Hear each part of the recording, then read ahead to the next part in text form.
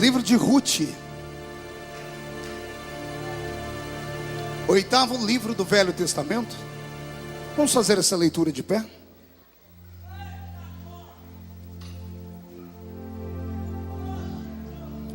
Livro de Ruth, capítulo 1. Glória a Deus.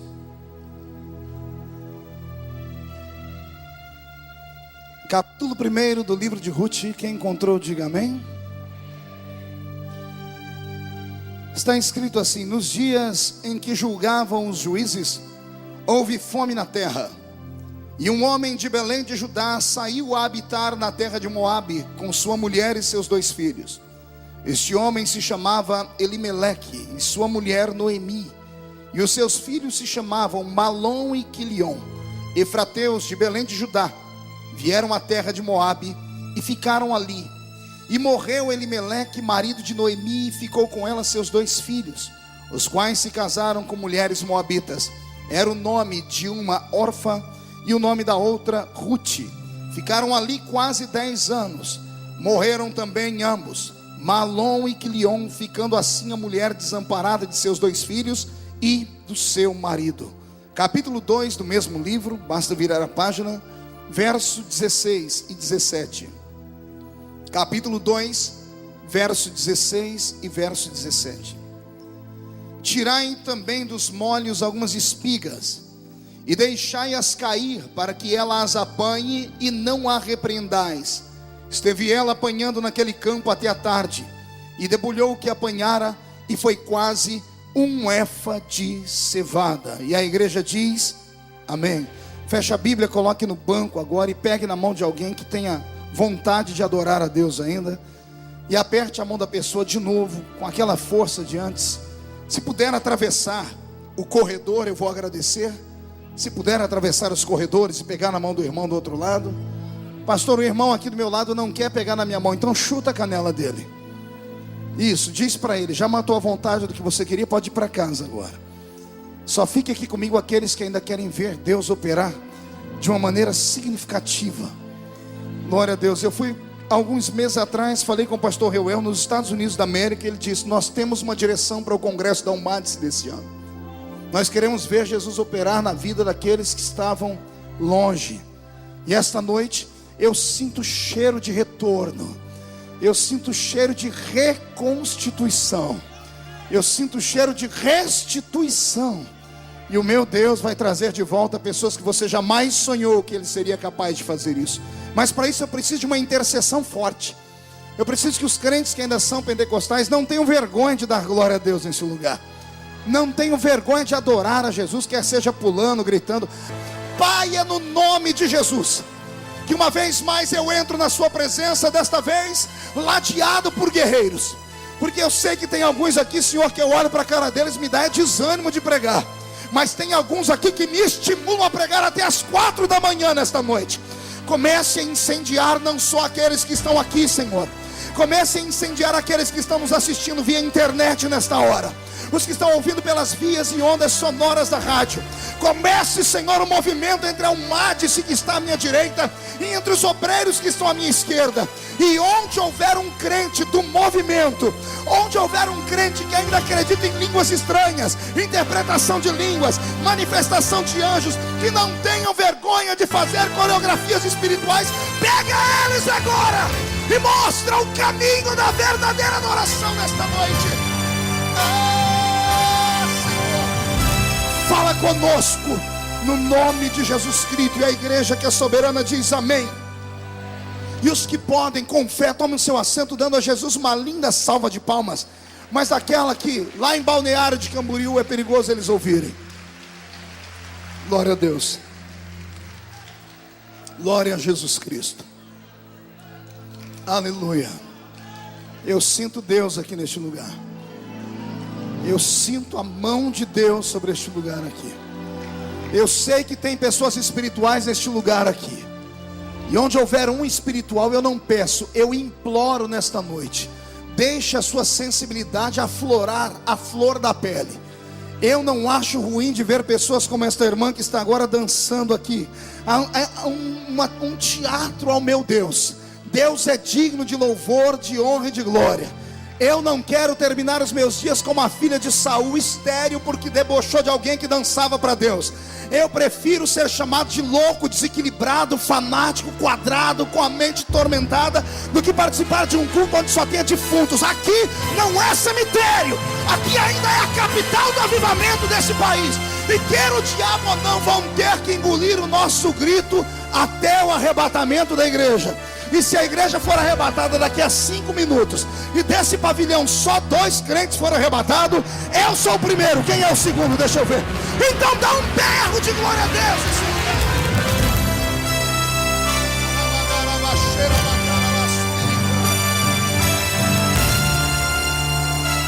Eu estou com raiva hoje. Quando eu estou com raiva, o diabo sofre pena na minha mão. Todas as vezes que eu abro a minha Bíblia, eu sou tomado por uma unção de fé. Mas quando o Senhor, de tempos em tempos, me faz lembrar da história que Ele me deu nesta noite, a minha alma faz um passeio. A minha alma viaja da terra para o coração daquele que fez o céu. A mensagem desta noite é tão bela e tão linda, que eu queria a atenção de todos. Tomara que estejam gravando esta mensagem. Tomara que as pessoas que estejam em casa estejam preparados agora. Guarde a pipoca e o guaraná. Se alguém estiver falando do seu lado, ameaça a pessoa, fala assim: ó, você não é obrigado a ficar aqui. Pelo horário, dá tempo de ir para casa e assistir o Corujão ainda. Se ficar comigo aqui, coruja ninguém vê hoje. Mas você corre o risco de ver a pombinha do Espírito Santo voando sobre nós esta noite aqui. Alguém acredita nessas coisas? Então, só para empolgar o coração de Deus e mexer com o coração do pregador, dá mais um grito de glória, só para eu ver que vocês estão aqui. Ah, como é bom saber que eu não estou sozinho. O livro de Ruth é um desses livros da Bíblia que quem lê se apavora, porque não vai encontrar nele nenhuma vez o nome de Yahvé. Em nenhum momento do livro de Ruth o nome de Jeová é citado. Cita-se sim a existência de uma divindade, pastor Brito, uma divindade a quem os homens chamam de Senhor. Mas no livro de Ruth, Deus, Ele preferiu ficar de coadjuvante e mostrar que o ser humano pode fazer história nesta terra quando ele acredita na boa mão de Deus. A história que eu vou narrar esta noite não é uma história fácil de ser contada, porque é uma história cheia de baixos e altos, e a princípio, mais baixos do que altos. Imagine você uma família judia, que acreditava em Deus, talvez mais do que eu e você, porque eles viveram mais perto dos milagres que a Bíblia diz, do que todos nós. Imagine vocês uma família composta pela plenitude de um pai, uma mãe e 2 filhos homens, num período em que a maioria das mulheres eram estéreis, num período em que as mulheres que geravam filhas mulheres eram repudiadas. Vem uma família, pastor Cizino, e tem 2 filhos homens. O pai, Elimeleque, anda pelas ruas batendo no peito e dizendo: Yahvé se lembrou de mim, Jeová abençoou o ventre da minha mulher, e a minha mulher Noemi trouxe à existência 2 varões, 2 homens que hoje engrandecem o nome do pai. Isto era motivo de orgulho naquele tempo. Mas diz a Bíblia que, sendo eles efrateus, se mudaram para Belém de Judá. E em Belém de Judá houve indícios, houve fofocas de que haveria um tempo de sequidão, que haveria um tempo de fome, haveria um tempo onde todas as coisas que suprem a necessidade, o mínimo necessário do ser humano, seria arrancado daquele lugar. E o pai, Elimeleque, sem orar a Deus, sem questionar os profetas, sem conversar com o sumo sacerdote, sendo dono do seu nariz e o chefe da sua casa, sendo pastor do seu lar, sendo sacerdote da sua casa, ele toma a sua mulher, manda ela arrumar as roupas, pega os filhos e sai de Belém de Judá sem perguntar nada a ninguém, debaixo do medo da fome, prefeita. Só porque alguém disse vai haver fome, só porque alguém disse a terra vai fracassar, ele amedrontou-se, juntou a mulher e os filhos e saiu de Belém. E ao invés de ir para uma das cidades abençoadas pelo Senhor, porque a terra de Israel era vasta, a Bíblia diz que ele sai de Belém de Judá e desce para a terra de Moabe. Eu preciso que a igreja memorize essas 2 terras, Belém de Judá e Moabe. Para você memorizar, Belém de Judá e Moabe. O que é que eu pedi para você memorizar? Não ouvi? preste atenção, Belém de Judá era a terra da bênção, era a terra que manava leite, manava mel. Havia uma promessa de Deus ao povo, quando vocês saíram do Sinai, da península do Sinai, deixaram o Egito e entraram pela terra da bênção. Eu penhorei a minha palavra, que fome vocês não passariam. Eu penhorei a minha palavra, que sede vocês não passariam. Vocês estão na terra da promissão, na terra que mana leite e mana mel. E aí vem o diabo com uma fofoca que vai haver fome, Marcelo. Vem o diabo falar que vai acabar todo o sustento, e um servo de Deus acredita. Olha no que deu. Esse homem pega a esposa, os 2 filhos, e por covarde sai da terra de Belém de Judá. E a palavra Belém, para quem conhece a etimologia dela, significa casa do pão. E casa do pão, pastor Júnior de Souza, para nós que não conhecemos esse termo, conhecemos como padaria. É um contrassenso, é algo que não dá para ser explicado. Como é que na casa do pão, como é que no lugar onde se faz a comida vai faltar a comida? Como é que na casa onde Deus promete dar o pão vai faltar o pão? Esse homem se amedrontou. E eu quero aqui parar um minutinho para falar sobre esta palavra covardia, sobre esta palavra que traz miséria sobre a vida de todos aqueles que servem a Deus. Ao ímpio eu não tenho o que falar. O ímpio é maldito porque não tem coragem de encarar a realidade. Quando ele se vê acuado, ele enche a cara de cachaça. Quando ele se vê acuado, ele injeta drogas na sua veia.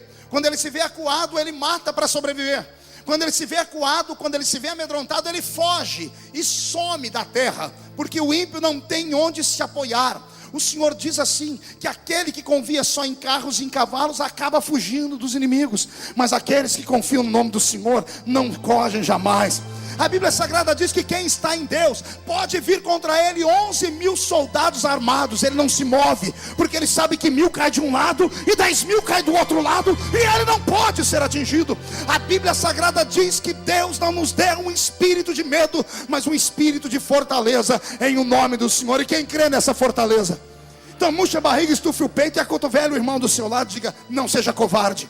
Não é para falar de maneira doce, é para dar um berro na orelha do seu irmão, diga: não seja covarde. Se te mostrares fraco no dia da angústia, você não conhecerá o dia da vitória. Deus, Ele ajuda o fraco, mas Ele vomita o covarde. E eu não serei vomitado, essa igreja não será vomitada, os pentecostais dessa nação não serão vomitados, mas aquele que não suportar este vento vai cair e vai perder os melhores dias de sua vida.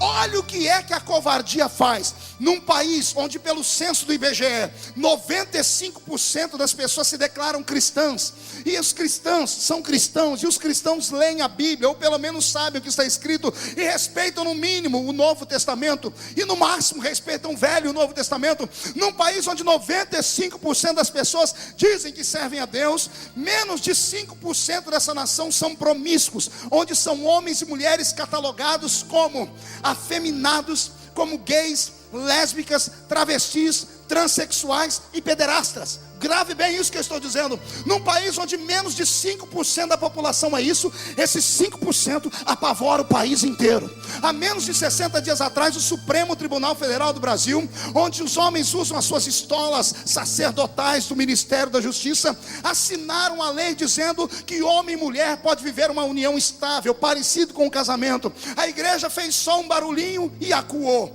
30 dias atrás, entrou pelas portas do Supremo Tribunal de Justiça a mesma lei, só que dessa vez pedindo a união civil. Não teve um macho para peitar lá dentro. E semana passada foi realizado no país o primeiro casal de gays lésbicas aqui no Rio Grande do Sul, casamento civil autorizado. Eu sou amigo de várias pessoas, donos de cartório, e me disseram que de semana para cá se avolumou mais de 10.000 pedidos de casamentos de gays nesse país. E sabe por quê? Porque numa nação de 95% de cristãos, esses cristãos só são cristãos na fachada, só são cristãos de nome. Alguns carregam a Bíblia debaixo do braço porque parece um desodorante. Outros vêm para a igreja, mas não têm coragem de assumir a sua fé. Alguns entram dentro de um culto como esse pensando que está entrando em um teatro ou em um cinema. E a diferença dessa igreja de um cinema é que no cinema você escolhe o filme que quer assistir, e aqui não. Aqui você é obrigado a ver o que Deus quer mostrar. Mas não adianta só vir, não adianta só sentar, não adianta só levantar a mãozinha e dizer: não, pastor, mas isso tem que acontecer. Amados, eu me revoltei lá dentro porque o diabo lançou uma cortina de fumaça nesse país chamado PL 122. É uma cortina de fumaça. A igreja inteira, até os homens mais sábios, como o pastor Silas Malafaia, se reuniram em torno do PL 122, e ninguém sabia que por trás do PL 122 o diabo já tinha tramado. A igreja mirou de um lado e o diabo deu um tiro do outro. Acabou a PL 122, está sepultada, mas saiu o casamento do mesmo jeito. E olha o que eu vou dizer por causa da covardia. 60 dias atrás a união estável, ou seja, a união marital. Semana passada a união civil. Quando é que será a união religiosa? Quanto tempo falta para o diabo obrigar a mim, ao senhor, pastor Cisine, e a nós que estamos aqui, a fazermos o casamento de pessoas do mesmo sexo? Quanto tempo falta? Porque essa semana que passou na Inglaterra, revogaram a lei. No país da nossa rainha, a rainha que é de uma igreja protestante ortodoxa, revogaram a lei e voltaram. Vai começar a fazer casamento de pessoas do mesmo sexo, religiosamente falando. Num país de 95% de pessoas que se dizem cristãs. Aí entro eu como deputado federal de primeiro mandato, novinho, sem nome, sem nada, cavando a lei, procurando um regimento, e encontrei um dispositivo. Achei uma maneira de calar o Supremo Tribunal Federal. Encontrei um projeto de decreto legislativo que, apresentado por um deputado, pode provocar um plebiscito. Mas para isso, eu precisava da assinatura de 1/3 do parlamento. 1/3 é 171. Só a bancada católica tem 280. Só a bancada evangélica tem 76. Falei, vai ser a coisa mais fácil do mundo. 3 meses eu bati na porta de 512 gabinetes, porque só teve um dos 512 que não aceitou, que era o Jean Willis, que é um deputado homossexual, e ele está fazendo o papel dele, lutando pela turma dele. Ele era o único contrário ao plebiscito. Os 512 deputados disseram, nós estamos com você, apoiamos, e eu abri um sorriso e disse, então assina. Calma, não dá glória a Deus ainda não. Eu disse, se você está comigo, assina. Pergunte se alguém quis assinar. Pasme, gente da bancada evangélica, pastores, olharam para mim e disseram, Marcos, você está mexendo um vespeiro. Não mexe nisso não, esse povo tem gente infiltrada em todos os lugares do Brasil. Teve uma irmã evangélica nossa, olhou para mim e disse assim, não, nós não podemos impedir, é o anticristo chegando, tem que acontecer. Eu falei, covarde, a Bíblia diz que o espírito do anticristo não pode operar ainda, porque existe um que o detém aqui, é o Espírito Santo que está em mim, está em você. A igreja ainda é a luz do mundo e o sal da terra. Eu sei que nesse momento, ouvindo aqui, está a irmã Marisa Lobo, ela é uma psicóloga cristã, está enfrentando toda a ala dos gays desse país sozinha. Raramente se levanta alguém, senhoras e senhores, foram 3 meses, e pela surdina, sendo humilhado por gente da igreja, sendo humilhado por gente católica que dizia, eu sou a favor, mas não posso assinar, porque gay também vota, porque os gays são poderosos, porque eles vão impedir as pessoas, vão mandar as pessoas embora. Eu disse, bando de covardes. Olharam para mim semana passada e disse, você vai morrer. Eu disse, eu morro, mas não deixo de fazer aquilo que Deus me colocou aqui para fazer. Tem que ter alguém que tenha coragem. Eu desperto nesta noite em nome de Jesus o seu espírito. Você não pode vir para o culto e ficar do jeito que você está. Você não está vendo que a igreja parou nesses últimos anos? Você não está vendo que até a maneira de adorarmos mudou nesses últimos anos? Você não está vendo que o nosso culto está mais light nos últimos anos? As músicas são bonitas, mas não mexe com fervor, faz a gente chorar, faz a gente mexer o bracinho para lá e para cá. Os cultos estão parecendo circo, porque os crentes gostam de vir para ouvir piada no culto. Senhoras e senhores, o diabo está fazendo festa, mas hoje acaba a festa dele, pelo menos nesse lugar. Eu quero saber se tem alguém com coragem aqui nesse lugar. Tem alguém com coragem? Então levante a mão para cima e sacode ela. Agarra o irmão do seu lado. Vamos ver se você tem coragem mesmo. Oh, nem para agarrar o ombro do irmão você prestou. Agarra o irmão do seu lado, é para agarrar. Chacoalha ele até ele ficar irritado. Irrita ele. Não tira ele do lugar. Diga, Deus te trouxe aqui para isso. Reage, diga, Deus te trouxe aqui para isso. Deus te trouxe aqui para sacudir a sua coragem. Reage.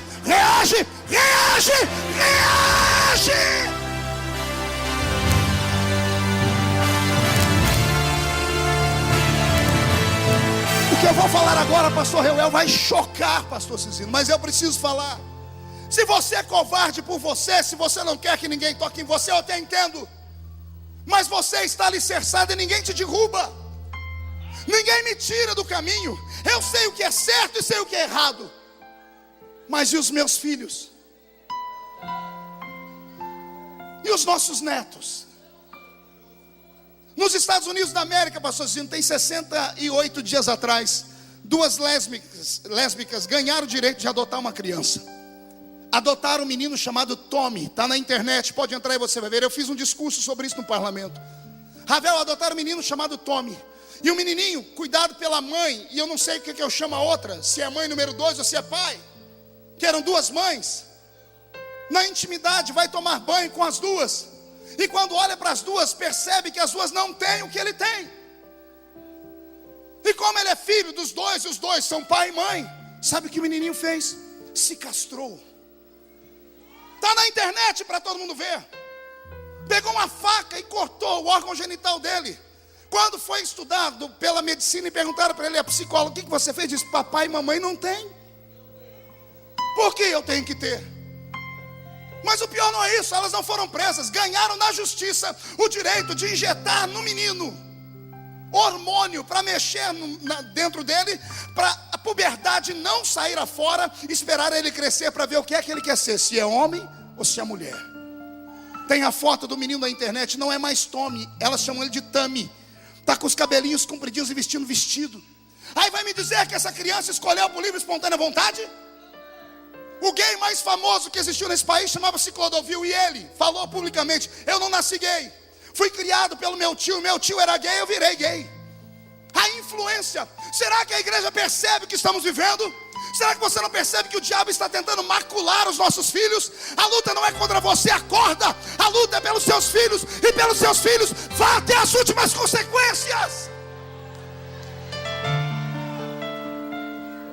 A covardia leva-nos à letargia, e a letargia faz uma igreja como essa, que tem 40 milhões de evangélicos no país,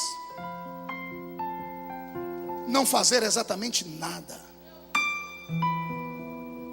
É uma fogueira de vaidades. Você não sabe o que o diabo faz naquele parlamento. Eu estou apavorado, pastor Cizino. 3 semanas atrás, pastor Reuel, foi votado o Estatuto do Adolescente, Estatuto da Juventude, bonito, saiu no Jornal Nacional. Os adolescentes agora têm direitos e deveres. Eu cheguei às 6 horas da tarde lá no plenário e pedi para ver o projeto. Mas quando você vê acontecer as coisas no plenário, aquilo ali é só um teatro. As coisas já aconteceram no colégio de líderes. São 40 deputados que mandam, os líderes de cada partido. Eles entram, se acertam, e o que você vê acontecer no plenário é um mero teatro. Aquilo ali é só para inglês ver, porque já foi acertado antes. E eu perguntei ao moço que trabalha no partido, e aí? Ele disse, não, já foi votado, vai ser votado aqui por consenso, o Estatuto da Juventude. Está a imprensa esperando. Eu disse, deixa eu ler o Estatuto da Juventude. 2 itens do Estatuto da Juventude desgraçava a gente de novo. Um item dizia assim, cabe ao MEC o direito de ensinar os nossos filhos sobre a orientação sexual. Quer que eu traduza? O kit gay que nós tiramos alguns meses atrás, ia entrar de novo. E aí eu fui no líder do meu partido, do PSC, que é o Partido Social Cristão, que tem a família em primeiro lugar, e falei, como é que você concorda com isso? Ele diz, não, mas o MEC tem o direito de ensinar, tem direito de ensinar meu filho a ler e escrever. Se ele é homem e mulher, quem ensina a ele sou eu que sou pai. Eu que sou pai.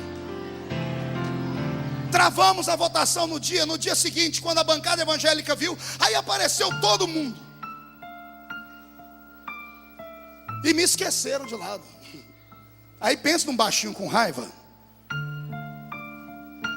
Chamei o líder da frente parlamentar evangélica e disse assim, você é homem ou um saco de pipoca? Vocês ficam dormindo atrás das mesas, esperando os holofotes, os brilhos da luz da Rede Globo. Quando aparece algum feito que a frente parlamentar faz, todo mundo quer aparecer na foto. E eu que descobri essa porcaria, você nem citou meu nome? Aí ele, perdão, pastor, foi lá para o microfone e disse, irmão, eu quero aqui dizer para todo mundo que nós agradecemos ao pastor Marco Feliciano. Eu falei, não quero que o meu nome seja divulgado, eu só quero que haja uma coisa que chama-se coesão, união. Senhoras e senhores, há uma fogueira de vaidades no parlamento, como há uma fogueira de vaidades na igreja, como há uma fogueira de vaidades em todas as denominações. Se nós não passarmos por cima do nosso ego, se nós não esquecermos o nosso nome e focarmos o nome de Jesus, o diabo vai cirandar. Eu quero nessa noite pegar uma palmada e lapiar Satanás. Eu quero que o diabo entenda que ele pode até rugir como um leão, mas ele não é um leão. O leão da tribo de Judá ainda mora dentro de nós.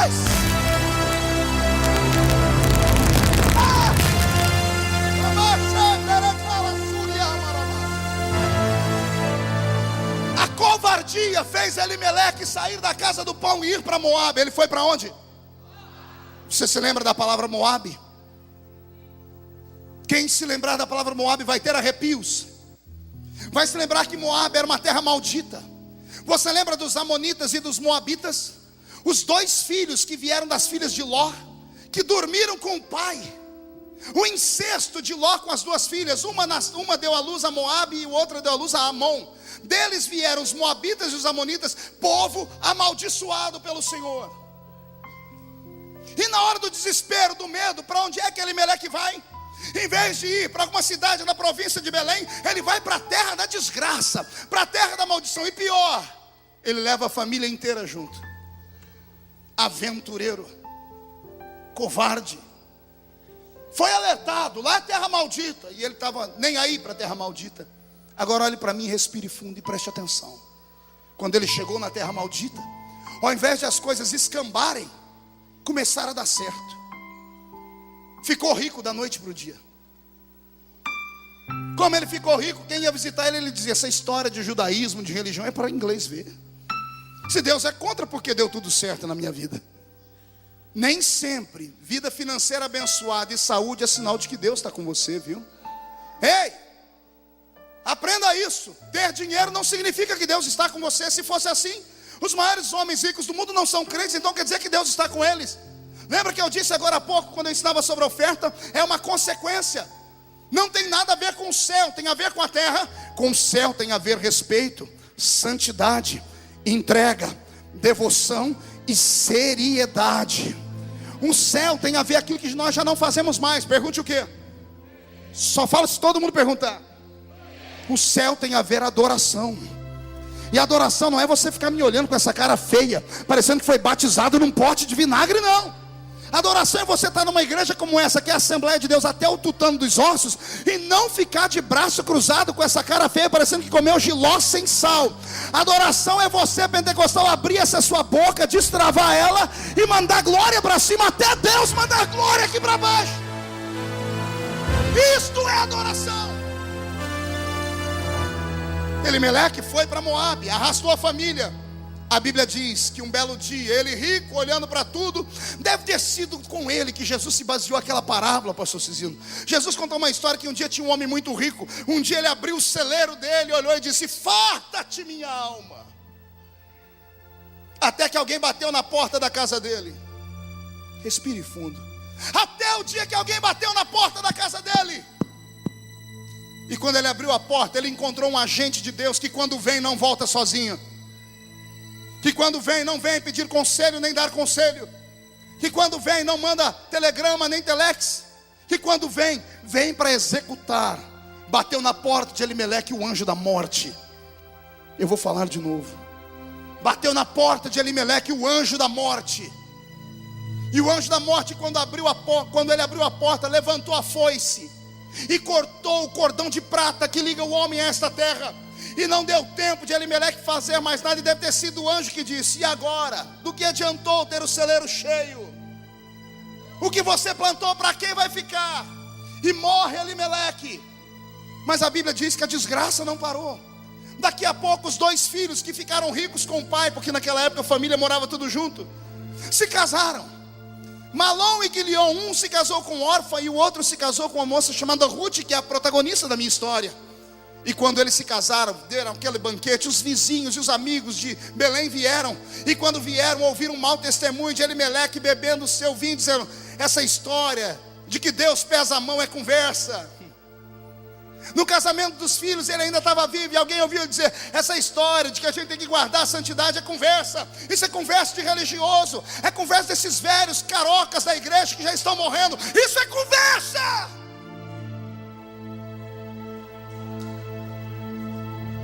A maldição que saiu do pai pegou os dois filhos. E a Bíblia diz que Malom e Quilion morrem também. Ei, você está acompanhando ou não? Morreu o pai e os dois filhos. Sobrou dentro de uma casa grande, rica e potentada 3 viúvas. E a viúva amor que sobrou, que o nome era Noemi, ela se batizou com outro nome. Ela diz: meu nome não é mais Noemi, agora é Mara, porque eu estou amargurada. O peso da mão de Deus veio. Escute o que eu estou falando. O peso da mão de Deus veio. Pai, escute o que eu estou falando. Os filhos pagam pelos erros dos pais. Deus visita o pecado dos pais nos filhos até a terceira e quarta geração. Não, Deus sabe que você nunca vai ser um santo de auréola na cabeça ou que resplandeça como os anjos, mas o mínimo necessário Deus pede para você: cuidado, juízo. Não é porque você fez e até agora não veio nada da mão de Deus. O que te ensinaram é mentira. Deus é longânimo. Eu vou falar de novo: Deus é longânimo. O que eu quero atingir e fazer na hora, justiça na hora, Deus dá tempo. Deus amarra em volta do crente um laço chamado misericórdia, e vai dando, e vai dando, e vai dando. E o crente tem que ter juízo e entender: gente, calma aí, eu preciso voltar, eu já fui longe demais. E alguém diz: nada, pode ir, continua, vai, essa história é conversa. Chega uma hora que o cordão se arrebenta, gente. Nós temos 1 milhão de histórias assim. Ainda dá tempo. A velha amargurada pega as 2 noras, olha para a fazenda e começa a sentir nojo de tudo aquilo. Chama as 2 noras e diz: eu sou velha, eu não quero ficar mais aqui, eu vou voltar. Oh glória, a palavra dessa noite é: eu quero voltar. Eu quero voltar para a casa do pão. Eu quero voltar a ser sensível. Eu quero voltar a ser santo. Eu quero mandar a malícia embora. Eu quero mandar esse super-homem que veio da universidade embora. Eu quero mandar embora esse intelecto preparado na universidade. Eu quero voltar a ser uma pessoa que crê. Eu quero voltar a ser uma pessoa que acredita em anjo, que acredita em línguas, que acredita em gente dançando, caindo, levantando. Olha o que é que o conhecimento e o poder e o dinheiro faz. Ontem, o dinheiro que eu e você mandamos, porque tem gente que pensa que quem comprou a Record foi só dinheiro da Universal. O Brasil inteiro mandou oferta para eles. Os assembleianos, os batistas, os metodistas, os wesleyanos, todo mundo mandou dinheiro para comprar a Record. Pergunta se eu, como pastor que estou na televisão, consigo um programa lá.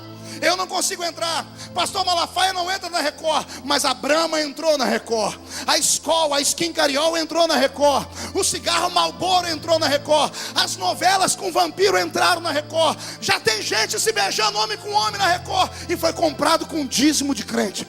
Foi comprado com dinheiro de crente. Aí o líder surtou, ficou rico, deu uma declaração há dias atrás: eu sou a favor do aborto. Entra na internet, você vê ele dizendo: eu acho que não tem problema beber, eu bebo socialmente no meio dos meus amigos. Para um homem que não aceita, que aceita o aborto e manda a igreja beber e fala uma desgraça dessa contra o Espírito Santo, você espera o quê? Senhoras e senhores, eu convido você a voltar à simplicidade, para não cair nessa desgraça que ele caiu. Eu prefiro ser ainda chamado de quadrado. Meus velhos pais pregavam no púlpito dos Gideões dizendo: é melhor ser quadrado, porque aí o diabo não te faz rolar, do que ser redondo e cair na ribanceira. Eu peço a Deus para deixar essa igreja mais quadrada do que antes.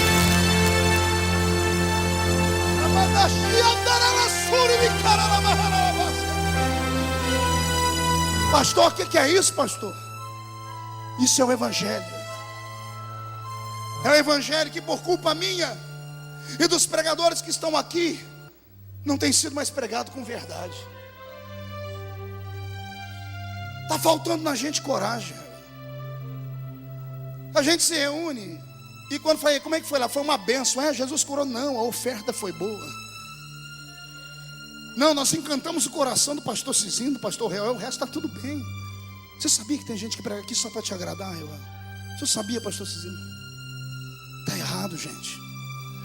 O senhor está fazendo uma meia-culpa, pastor? Pode até ser que sim. É melhor se arrepender enquanto está vivo. Se Deus me permitir, o Senhor me trouxer o ano que vem, o Senhor vai ver que eu vou pregar nesse púlpito. Você é excluído, mas eu vou pregar com verdade.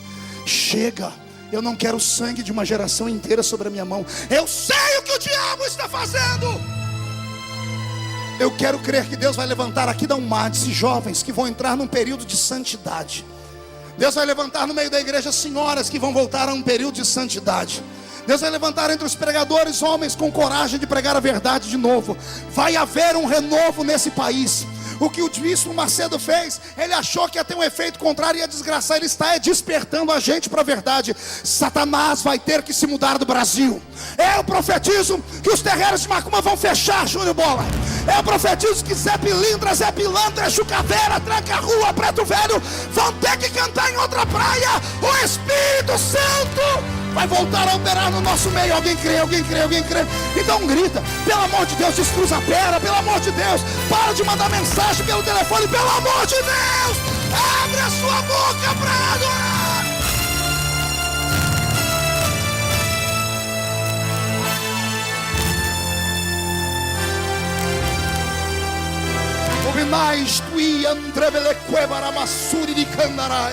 Deus está aqui, senhores.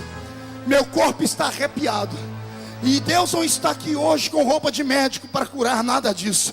Deus está aqui com roupa de guerreiro. O Senhor desceu para marchar. O Senhor está com a espada desembainhada. Deus é o Senhor da guerra. Quando você sair por aquela porta, você vai sentir arrepios no seu corpo. Vai ter pessoas que não vão dormir essa noite. Vai ter pessoas que vão passar uma semana inteira sem dormir. Vão voltar a colocar a sua consciência na mão de Deus. Deus está libertando. Deus está libertando. Pega, pega, pega a sua parte. Pega, pega.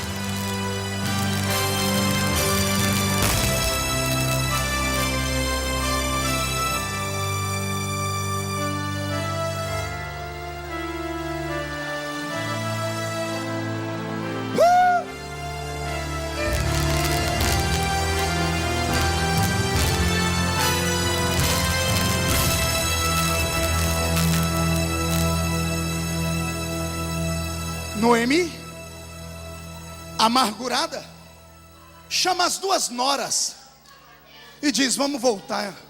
Eu vou voltar para minha terra. A Bíblia diz que ela chama as duas meninas e com cuidado diz: voltem para os seus pais. Vocês têm idade ainda para casar de novo. Mesmo que se pudesse gerar filhos, meus filhos ficariam na idade de casar e vocês seriam velhas. Volte para a casa dos seus pais. Eu vou voltar para minha terra. Uma das meninas, racional, pensou e disse: é verdade, ela tem razão.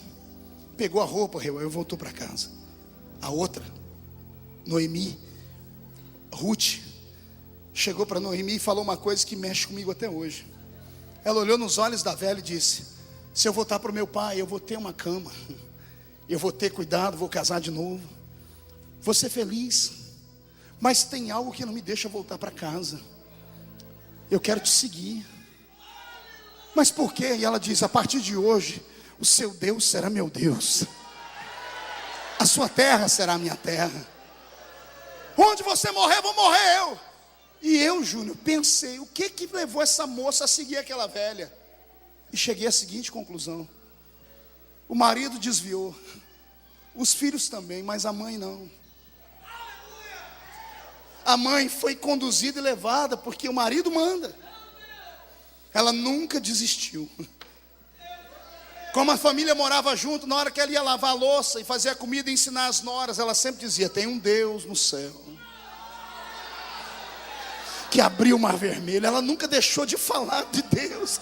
Ela nunca deixou de contar os mistérios, os milagres. Alguém precisa voltar a contar de Deus. Alguém precisa voltar a falar dos milagres de Deus. Ah, meu Jesus. Ruth se converteu vendo a sogra pregar. Para quem não acredita em milagre, a sogra converteu a nora. E a nora juntou os panos com a velha. Agora respire fundo. Eu vou fazer um desenho na sua mente. Quero que você enxergue para que você sinta. Lembra quando a Bíblia diz da história do bom samaritano, que um homem saiu de Jerusalém, descendo para Jericó, encontrou assaltantes no caminho, foi assaltado. Naquele tempo antigo haviam homens que ficavam à espreita no deserto, e eles não respeitavam homens. Agora imagine duas mulheres vestindo roupa preta, com um saquinho nas costas, voltando para Belém. A situação delas, Raíssa, era tão miserável que nem os bandidos tinham coragem de atacar. Os bandidos tinham dó delas. Quando elas entraram na porta de Belém, todo mundo espera que quando o desviado, o afastado volta, alguém vem abraçar ele. Não é assim que a gente quer? A gente espera que alguém venha dar uma oportunidade a ele. Não é assim que a gente quer. As duas entraram na cidade, ninguém deu para eles nenhum lugar de dormir. Elas iam andando e as pessoas iam dizendo: aquela ali é Noemi. O marido desviou, levaram os filhos. Cadê os maridos? E alguém diz: morreu todo mundo. E alguém falando: eu? Ajudar? Isola. As pessoas só se aproximam da gente quando a gente está bem. As pessoas visitam a gente quando tem festa em casa. Mas quando desgraça a vida da gente, ninguém estende a mão para nada. E agora nós temos um problema. Pergunte qual? Quem tem que voltar é só Noemi. Quem tem que sofrer o preconceito é só Noemi. Mas agora vem com Noemi uma moabita, alguém da terra maldita, alguém do lugar que não presta para nada. E ela sofre o preconceito junto com a sogra, mas ela não arreia o pé. Ela diz para a sogra: se é para morrer, eu morro contigo aqui. Mas o seu testemunho foi o suficiente para eu acreditar que tem um Deus no céu que pode cuidar da gente. Ruth era bonita, era jovem, saiu pelas ruas da cidade procurando emprego, mas nem de babá ela conseguiu. Quando alguém olhava para ela, via beleza e perguntava para ela: de onde você é, de que província? Ela dizia: eu sou de Moabe. E alguém lembrava: Moabe? Filhos de Ló, amaldiçoados. Batiam a porta na cara. A Bíblia diz que ela atravessou a cidade, Marco Aurélio, e lá no fim da cidade começava a roça. Beto, muda a música para mim. Começou a roça. Roça era feito para homem. Homem aguenta o poder do sol. Eles colhiam espigas naquele lugar, amarravam um balaio na cintura e andavam pelas eiras, os talhões. Quem já trabalhou na roça sabe do que eu estou falando. Eu já apanhei laranja, algodão, café, corte de cana. E no corte de cana e do algodão a gente ia pelas eiras, colhendo e colocando no balaio. Para um homem que tem habilidade e força é fácil. Para uma moça, princesa, filha de fazendeiro, ela não precisava estar ali, gente. Mas ela olhou por trás do ombro e viu a sogra com fome e rejeitada. Oh, meu Deus. Ela pediu emprego. O emprego que deram para ela, se você ler a história com o meu livro, você vai entender que deram emprego para ela para debochar dela. Porque os homens colhiam rápido, pastor Cecília, e ela era uma moça. E quando os homens colhiam rápido, vinham todo mundo para cá para olhar para ela, para ver ela sofrer. A Bíblia diz que ela ia rabiscar espigas de cevada. Como a gente não conhece muito bem cevada, vamos imaginar uma espiga de milho. Já viu alguém quebrar milho, colher milho? Pegam no talhão do milho e colocam aqui dentro. Homem vai numa agilidade, porque tem força. Lá vem Ruth, princesa, filha de fazendeiro, casou com um fazendeiro, a mão era lisinha. E ela começa a tentar colher as espigas, mas não tem força, não tem habilidade. O que os homens fazem em 10 minutos, ela leva 3 horas. Quando está findando o dia, está todo mundo lá rindo dela, porque está todo mundo com seus balaios cheios. E está Ruth, Júnior, com 3, 4 espiguinhas. A Bíblia diz que quando eles estavam rindo demais, entrou dentro da roça um carro, uma carruagem. E quando abriu a porta da carruagem, desce o dono da fazenda. Ah, meu Deus! Desce da carruagem o dono da fazenda. O nome dele era Boaz. A palavra Boaz significa dono de todas as coisas. Quando Boaz desceu e começou a sondar as eiras, os empregados se apavoraram, porque quando ele fosse olhar a eira onde Ruth estava, todo mundo ia sofrer repreensão. Então o capataz vai atrás dele para falar para ele. Quando ele olha, diz: o que aquela moça está fazendo ali? Aí o capataz tenta convencer: senhor, ela estava passando fome, ela veio aqui pedir, senhor, desculpe, eu sei que aqui o senhor só contrata homem, mas o patrão diz assim: cala a boca, deixa eu olhar ela. Ela está suada, a mão machucada, a pele queimada. De vez em quando ela olha para o sol e diz: esse brilho deve ser o sol do Deus da minha sogra. Ela me disse que o Deus dela é o sol da justiça. Eu vou acreditar no sol da justiça. Eu quero que você pare a cena. Ela está colhendo espigas, pastor Cecília. Tem 2 seres olhando para ela, Reuel. Um é o dono do mundo, está com a janela aberta olhando, uma moabita maldita, querendo levar comida para uma judia. Deus está olhando do céu, aí chega o dono da fazenda e fica olhando para ela também. Está entendendo a cena, não? Você que gosta de romance, não precisa assistir novela, não. Leia a Bíblia. Esse romance é verdadeiro. O dono do mundo está olhando de cima para baixo, e o dono da fazenda está olhando de baixo para o lado. Não prestou. Deus olhou para ela e olhou para ele e disse: Boaz chegou ali. Deus pegou a mão dele, apontou para o coração de Boaz. Deus não precisa de cupido.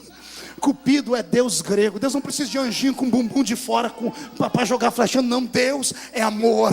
Deus é um ser romântico. Ele amou a igreja antes dela nascer. Deus aponta para o coração dele, dá um tiro e diz: Boaz se apaixona por essa empregada. Olha o improvável. O dono da fazenda se apaixona pela moça que trabalha na roça. E ele fica olhando ela. E o capataz está aqui tentando dar desculpa. Olha o que ele faz, capataz. Cadê os homens que colheram aqui? Está tudo aqui, senhor. O que o senhor quer fazer? Já pagou eles? Já paguei. Pega tudo que eles escolheram. Mas para quê, senhor? Pega, eu estou mandando. Vem os homens arrastando os balaios, pastor dizendo: pois não, o que o senhor quer? Está vendo aquela moça? Eu vou chamar ela para conversar. Enquanto eu estiver conversando com ela, ela vai estar de costas. Vocês vão lá na frente e vai jogando as espigas no chão. Mas nós, não importa, eu já paguei vocês, não já? Vai jogar tudo, vai facilitar. Eu quero ajudar ela, mas ela não pode saber. Mas como assim? Tudo que você já colheu, joga na frente dela. E Boaz chama ela e começa a conversar com ela: quem é você? E ela começa a dizer para ele. Enquanto isso, os homens estão lá jogando as espigas. E quando termina o diálogo, ele diz: pode voltar a trabalhar. Quando ela volta para o trabalho, pastor Zina, ela olha e acha que está tendo vertigem.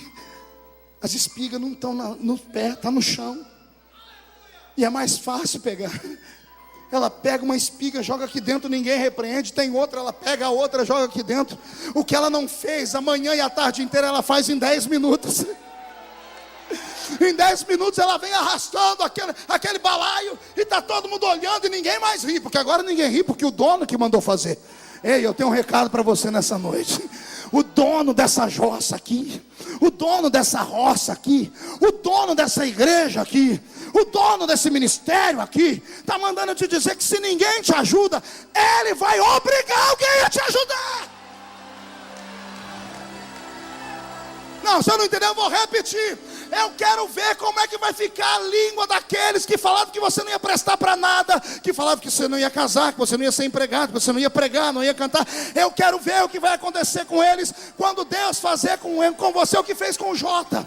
Eu lembro desse garotinho, falava ali com o Júnior agora há pouco. Esse menininho sofreu tanto no púlpito dos Gideões. Só eu e o pastor Cizinho deixava ele cantar. Ele vinha no meu paletó: pastor, deixa eu cantar. Eu falei: você tem que falar com eles. Muita gente ignorou eles, só esses dois deixaram. Hoje todo mundo quer tirar foto com ele. Por quê? Porque sempre vai chegar o dia de Deus exaltar quem persevera. Eu profetizo em nome de Jesus que alguns que estão aqui quase que pedindo esmola espiritual, amanhã quando acordarem, não vão pedir mais nada para ninguém. Vai ter de sobra. Vai ter de sobra. Quem crê, então pega. Já que você pegou, grita. Grita, vai.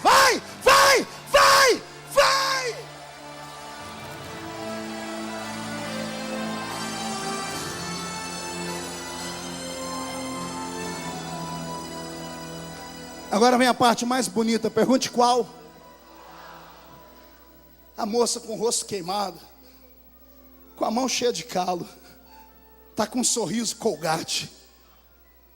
Ela recebe o pagamento e ela sai correndo pela avenida onde ninguém deu emprego para ela, e vai lá onde está a velha. Quando ela abre a porta, ela diz: Noemi, teu Deus é vivo. Noemi, vale a pena servir o seu Deus. Por quê, Ruth? Eu estava tentando colher e não dei conta. De repente apareceu um milagre. Começou a brotar do chão. O seu Deus fez brotar do nada. Ela não sabia que era Boaz. Não importa de onde vem o milagre. Milagre não é para ser entendido, é para ser aceito. Milagre é para ser recebido. Pega o seu. Ei, pega o seu milagre. Eu vou profetizar uma loucura agora. Você vai ficar apavorado de onde virá o seu milagre antes do ano terminar. Não, eu vou repetir.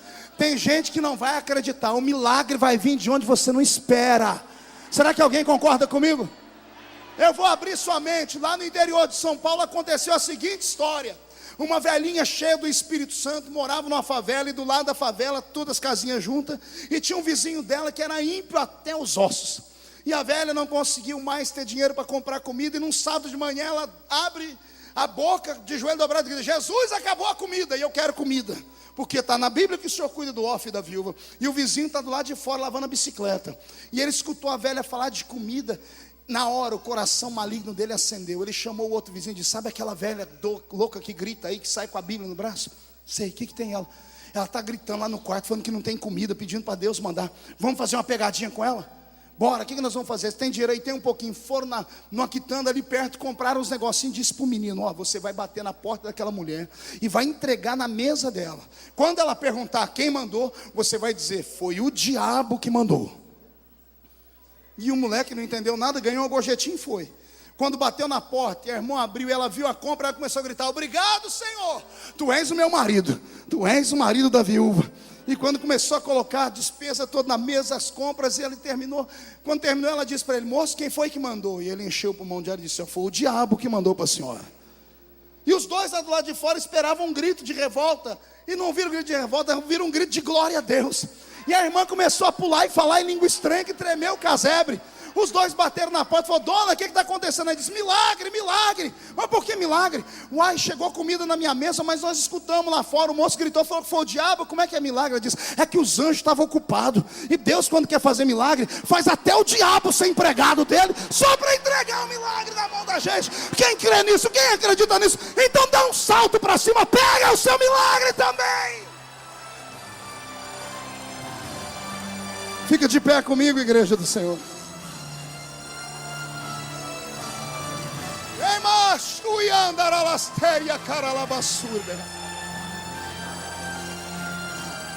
Pegue na mão de quem está do seu lado. Feche seus olhos. Estamos em uma grande roça nessa noite. Os que estão aqui há muito tempo têm força para colher tudo. Mas hoje à noite veio você que está afastado.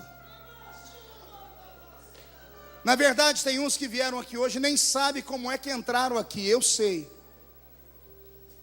A Almad está orando por vocês há muito tempo. O coração do pastor da igreja está orando por você há muito tempo. Reuel em Nova York me disse: eu quero almas. Jesus vai trazer de volta. E eu passei a orar desde aquele dia, Reuel. Então você está aqui hoje porque Deus colocou um anzol no seu queixo. Você é a minha Ruth da história. E não me leve a mal sendo homem. Você veio para cá hoje para colher alguma coisa, mas eu sei que quando você chegou na porta, os irmãos antigos nem te olharam, te ignoraram, não te ajudaram. Mas mesmo assim você foi valente e ficou até agora aqui. Você já viu gente do seu lado falar em línguas, gente dar salto mortal, gente cantar, adorar, e você não consegue colher nada.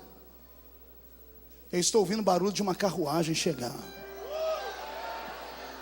É o dono da roça.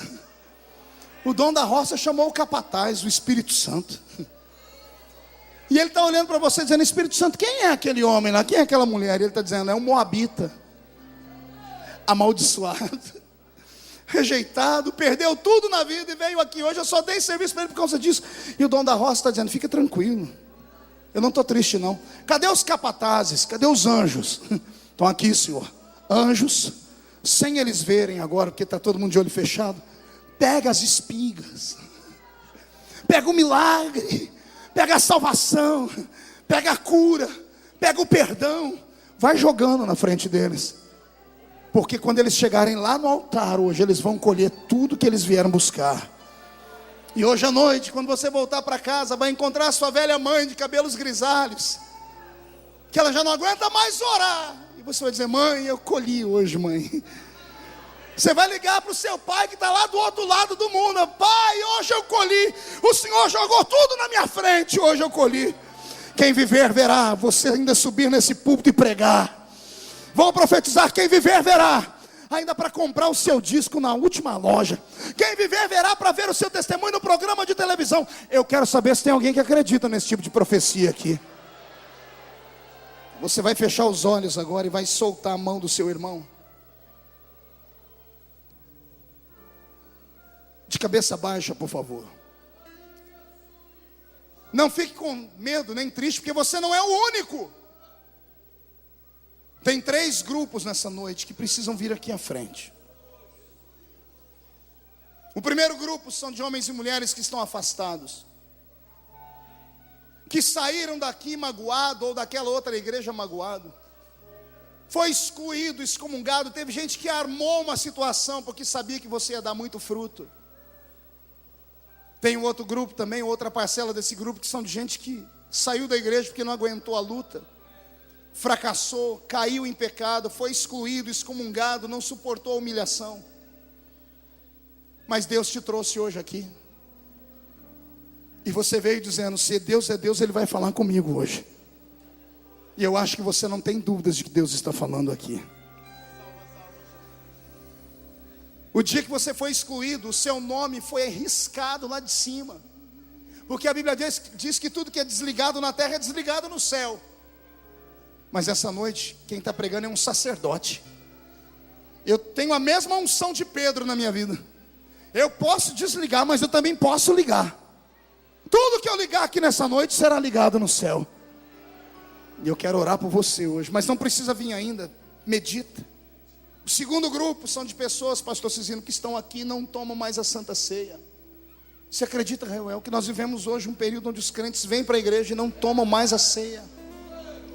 E a Bíblia diz que quem não participa do corpo e do sangue está morto porque não tem vida. Ah, pastor, mas como é que eu vou tocar no corpo e no sangue se eu estou indigno? Deixa eu te contar um segredo hoje.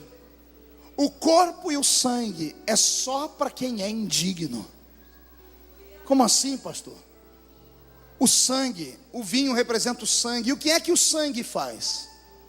Quem lembra o poder do sangue de Jesus? O sangue faz o que, igreja? Purifica. Então às vezes nós fazemos errado. Na ceia a gente só dá ceia para quem é santo. Quem é santo não precisa beber o vinho, porque ele não precisa ser purificado. Quem precisa ser purificado é aquele que está precisando mesmo.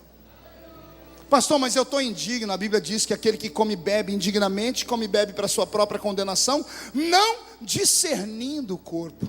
O problema é tomar ceia sem discernir o corpo. Tem gente que não tem pecado da carne, mas toma Santa Ceia como se estivesse comendo um pedaço de pão. Participa da ceia olhando para o relógio, não vê na hora de acabar para ir para casa assistir a novela. Tem uns que tomam a Santa Ceia olhando para o outro do lado para ver se ele está tomando mesmo ou não, para depois sair falando para todo mundo. Esse come para a sua própria condenação. Mas aquele que pega o cálice tremendo, porque sabe que é um miserável, porque sabe que não pode, porque é um miserável, quando ele percebe que ele é um miserável, ele discerne o corpo. Ele entende porque que o corpo foi pendurado na cruz. E quando você participa da ceia, a Bíblia diz que um monte de doenças desaparecem. Você já viu algum crente falar que foi curado quando tomou a ceia? Eu sirvo a Deus há mais de 20 anos, nunca ouvi. Eu descobri que a doença que é curada na ceia é a doença da alma. É o pecado que te atormenta. Então você não tem motivo para ficar sem tomar a ceia. Se você fosse tão ruim como você pensa que é, você não estava aqui hoje. Fecha os olhos.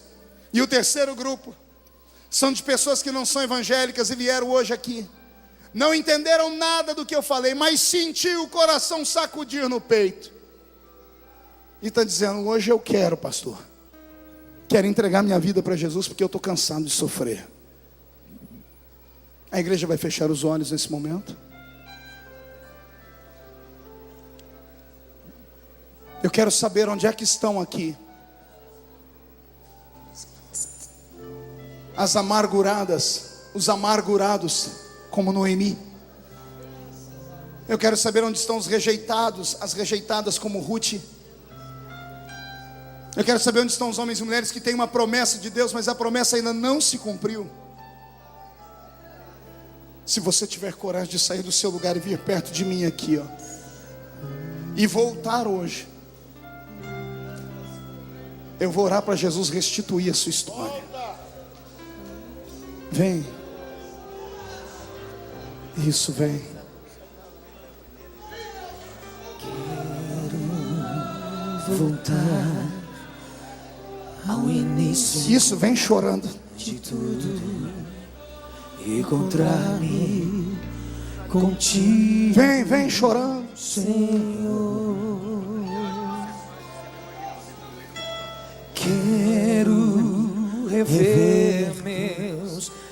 preceitos e valores. Eu quero reconstruir.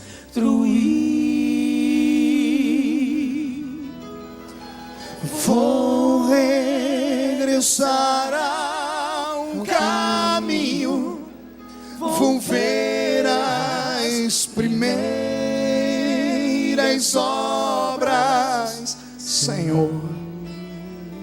Oh glória, eu me arrependo, Senhor, me arrependo, Senhor, me arrependo, Senhor. Eu quero voltar ao primeiro amor, ao primeiro amor. Eu quero voltar a Deus. Eu quero voltar ao primeiro amor, ao primeiro amor. Eu quero voltar a Deus. Eu vou fazer um pedido. É só um pedido. Vocês que vieram à frente, voltando para Jesus, entregando suas vidas para Ele, teriam coragem de dobrar o joelho aqui no altar? Não é vergonha. Isso. Eu quero pedir a vocês que estão na frente perdão. Perdão pelo silêncio da igreja. Se tivesse alguém aqui dando testemunho que foi curado de dor de dente, tinha gente virando cambalhota aqui dentro. A insensibilidade do nosso coração não nos deixa mais felizes quando alguém volta, gente. Gente, era para todo mundo estar feliz, era para você ter vindo acompanhar o seu irmão aqui. Você conhece alguém que veio aqui para frente? Sai correndo, vem aqui abraçar a pessoa. Vem mostrar para ela que você sentiu falta dela. Vem, irmão. Vamos mostrar que a gente ama esse povo. E enquanto algumas pessoas estão vindo, eu queria saber se você vai ter coragem de voltar para casa e perder a chance. Vai mesmo ficar com o coração fechado? Vai mesmo continuar orgulhoso? Ah, pastor, mas se eu for aí na frente, o que vão falar de mim? Amigo, quem fala de você não paga as suas contas.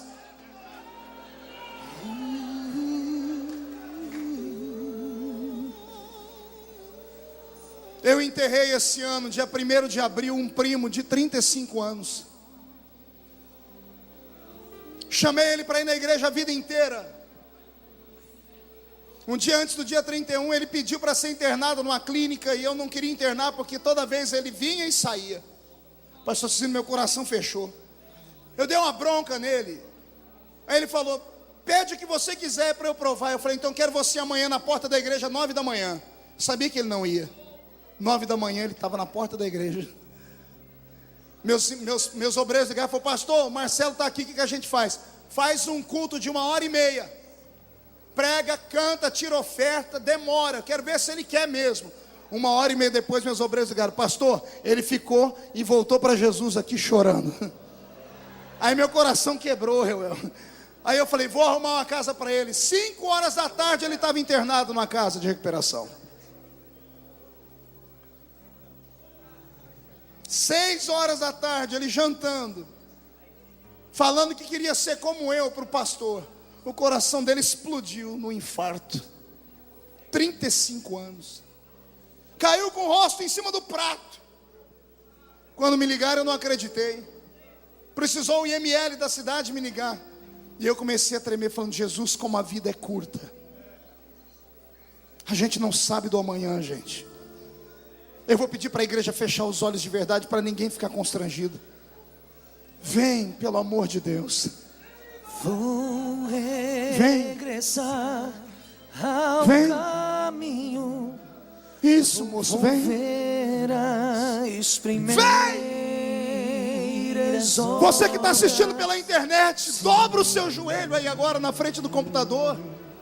Você que está ouvindo pelo rádio, dobra o seu joelho perto do rádio. Você que está vendo essa gravação num programa de TV ou num DVD, dobra o seu joelho agora. Aproveita agora, eu vou orar por você. Volta agora, Senhor. Vem, garoto. Eu quero voltar ao primeiro amor, ao primeiro amor. Eu quero voltar a Deus. Eu quero voltar ao primeiro amor, ao primeiro amor. Eu quero voltar a Deus. Feche seus olhos, com autorização do pastor Reuel. Eu prego aqui há muitos anos, você sabe que eu não sou de fazer nada que Deus não me peça. Eu queria que toda a Almadice descesse ali e abraçasse esse povo que veio à frente. O congresso é de vocês, jovens, mas venham com paixão. Dá um abraço, um beijo neles, mas vem rápido, vem rápido, vem rápido. Se for preciso, tira o salto, aí vocês andam mais rápido. Vem rápido, rápido. Isso, encontra um outro, abraça eles. Enquanto eles vão abraçar você, nós vamos orar. A igreja estenda as mãos para cá. Ah, meu Deus. Ah, meu Deus. Obrigado, Senhor. Obrigado por ter tocado no coração do pastor Reuel, do pastor Cizino. Ter tocado no grupo para escolher esse tema. Obrigado por ter falado com seu filho dentro do avião, vindo de Fortaleza. Obrigado. Obrigado por ter lembrado ele de me chamar, porque eu precisava pregar desse jeito. Isso prova, Senhor, que o evangelista aqui dentro não morreu ainda. Senhor, comece a perdoar os erros e os pecados. Enquanto os jovens correndo, venham para o meio aqui, rápido, jovens, rápido, desçam pelo outro lado, tem outra escada, vamos lá, gente. Senhor, usa esses jovens agora, para onde eles tocarem com a mão deles, cai uma unção de fogo, uma unção de glória. Todos os que são batizados com o Espírito Santo comecem a ser renovados nessa hora.